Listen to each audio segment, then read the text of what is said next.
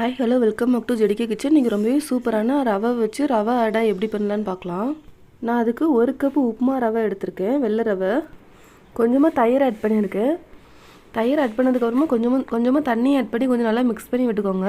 நல்லா மிக்ஸ் பண்ணிவிட்டு ஒரு 10 நிமிஷம் நல்லா மூடி போட்டு கொஞ்சம் நல்லா ஊற வச்சுருங்க. அப்போ தான் நல்லா ரவை நல்லா சாஃப்ட் ஆகும். ஒரு 1/4 கப்பு கடலை மாவு எடுத்திருக்கேன். நீங்கள் கடலை மாவு இல்லைன்னா கோதுமை மாவு கூட யூஸ் பண்ணிக்கலாம். தேவையான அளவு உப்பு ஆட் பண்ணிக்கோங்க. உப்பு ஆட் பண்ணிவிட்டு நல்லா மிக்ஸ் பண்ணி விட்டுக்கோங்க.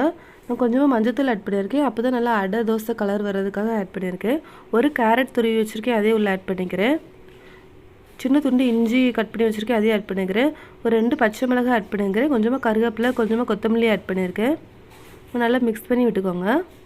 கொஞ்சமாக சீரகம் ஆட் பண்ணியிருக்கேன். நல்லா வாசனை நல்லாயிருக்கும் சீரகம் ஆட் பண்ணோம்னா. ஒரு பல்லாரி கட் பண்ணி வச்சுருக்கேன், அதையும் உள்ள ஆட் பண்ணிக்கிறேன். ஒரு தக்காளி கட் பண்ணி வச்சுருக்கேன், அதையும் உள்ள ஆட் பண்ணிக்கிறேன். நல்லா மிக்ஸ் பண்ணி விட்டுக்கோங்க. தேவையான அளவு தண்ணி ஆட் பண்ணிக்கோங்க. பேனில் கொஞ்சமாக எண்ணெய் ஆட் பண்ணியிருக்கேன். எண்ணெய் நல்லா சூடானதுக்கு அப்புறமா நான் கொஞ்சமாக அடை தோசை மாதிரி ஊற்றி எடுத்துக்கிறேன். தோசை கல்லில் கூட ஊற்றி எடுத்துக்கலாம். ஒரு சைடு வந்ததுக்கப்புறமா பின்னாடி திருப்பி போட்டு 2 பக்கமும் நல்லா வேக வச்சு எடுத்துக்கோங்க. இப்போ நம்மளுக்கு ரொம்பவே சூப்பரான ரவா அடை ரெடி ஆகிட்டு. நீங்களும் இந்த மாதிரி ட்ரை பண்ணி பாருங்கள். ரொம்ப ஈஸியாக செஞ்சிடலாம். டேஸ்ட்டுமே ரொம்ப சூப்பராக இருக்கும். நான் இன்றைக்கி தேங்காய் சட்னி கூட வச்சு சர்வ் பண்ணியிருக்கேன்.